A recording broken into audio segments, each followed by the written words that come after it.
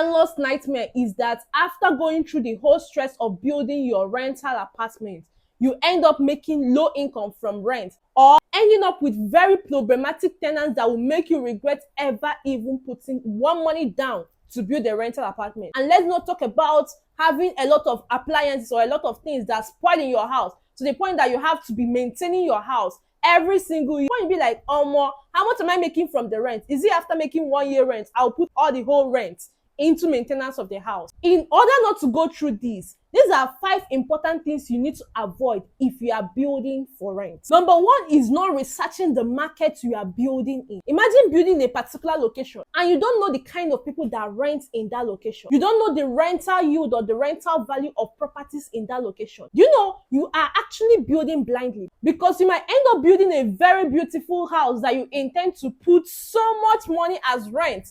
And then because of the location you built in, the people that are renting there might not be able to even afford your rent. So in order to avoid this, you need to make sure you research the market you are building in. Who are the renters there? What is the economic value of the people that live in that area? What is the rental value of properties in that area? Will this even equate the kind of investment I'm going to make in this particular building? With the kind of people that are renting here, what kind of building can I even build that will not put a lot of money or a lot of stress in my journey of building this particular rental apartment? If you don't make your research, you are going to be building blindly and you might end up with a headache, not an investment. The second is building in low demand area. There is something about the rental market in Nigeria. There are places that are still developing and there are places that already have high rental demands. There are places that are already established and these are premium locations that before you live there, you have to be able to pay premium rent. Now, imagine going to places that are still developing to build and you are building in a way that actually equates to people that are building in already premium locations that they charge high rent for. Imagine building in those low demand areas thinking you can still charge premium rent in your building. If you build in a low demand area, first of all, you'll be attracting people that are still not going to be able to afford premium rent. 2, you might end up with vacancy for a few years before the rental demand can catch up with your location or with your building. 3, you might also end up attracting problematic tenants that want beautiful house but cannot be able to pay the rent or the value of the rent to be able to live in that beautiful house. To avoid these things, it is better to look at growing demand areas, places that there is already a growing demand for rental apartment. Build according to what the people that are demanding that area are looking for. That way, you are making sure that you are curbing the demand that is already existing in this location. So your building will not be vacant because why? You are building what the people are demanding for. When they see that there is a new building and they are actually building what I want, of course, they're going to rent it, and before you even finish, you see that your buildings have already been fully rented. 3 is skipping your soil test before even building.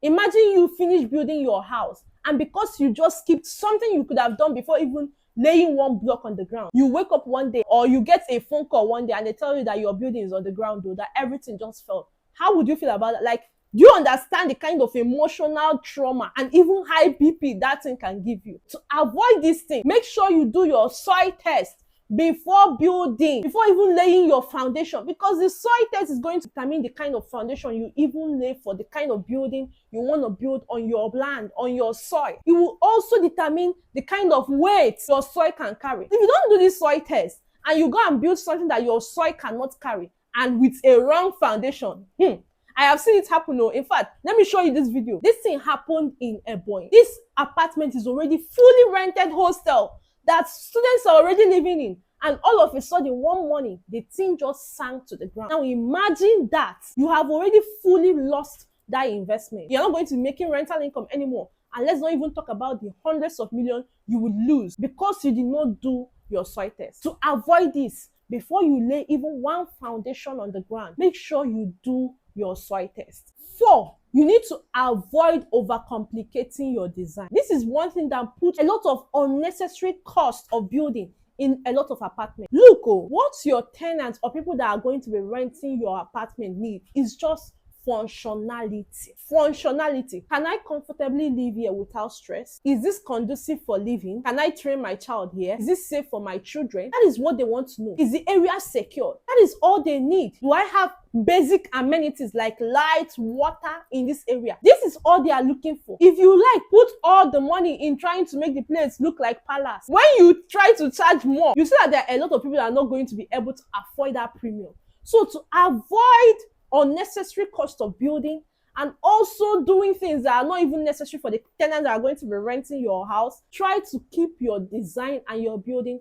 as simple as possible and keep it functional. The most important thing is for it to be functional, because if your building is so fine and then they are looking for water in your building, my dear, some people will not even stay up to 1 year. They will look for another one. Because who is going to stay in a place that they are looking for where to get water to cook or water to take their bath? Keep it simple, keep it functional, and you will attract the best of the best tenants that will give you premium rent, especially if you are building in a beautiful location that is very accessible and people love to rent. Now, the final thing to avoid is not planning for multiple streams of income from your rental apartment. Look, if you're still building like it was built in 1980, you're already losing a lot of, leaving a lot of money on the table. The people that we are renting apartments in 1980 are not the same people renting apartments in 2026. The market has evolved. Tenants have evolved, and these tenants have new problems that if you solve,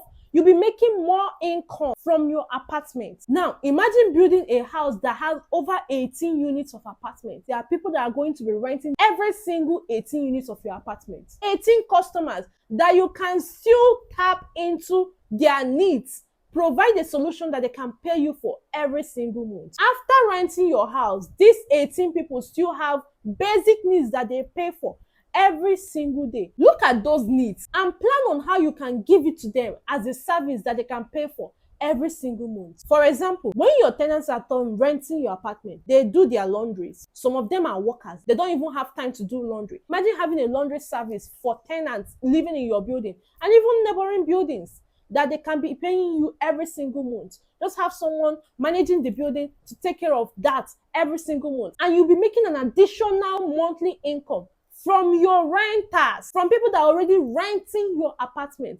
And that is not all. There are other services that these new renters look for and use every single day. If you provide it in your apartment, you'll be making an extra monthly income from people that already rent in your apartment. See, do not miss putting all of these things in place, because these are the ways you can be making extra money monthly from the apartments you're already renting. People that are not doing this right now are leaving a whole lot of money on the table. I hope this was helpful. If it was, give this video a like and also share this video with anybody you know that is looking to build a rental apartment. In this channel, I'm dropping a lot of updates for you if you want to build. So if you have not joined this community, if you've not joined this family, I don't know how you're going to know when I drop these updates. Go ahead and subscribe to this channel as well, and welcome to the family. If you are meeting me for the very first time, my name is Justin Nadi. I'm a realtor specialized in shortlet and building passive income properties. If you are looking to do any of this, go ahead and reach out to me on WhatsApp and let's connect. I will see you in the very next video. Bye.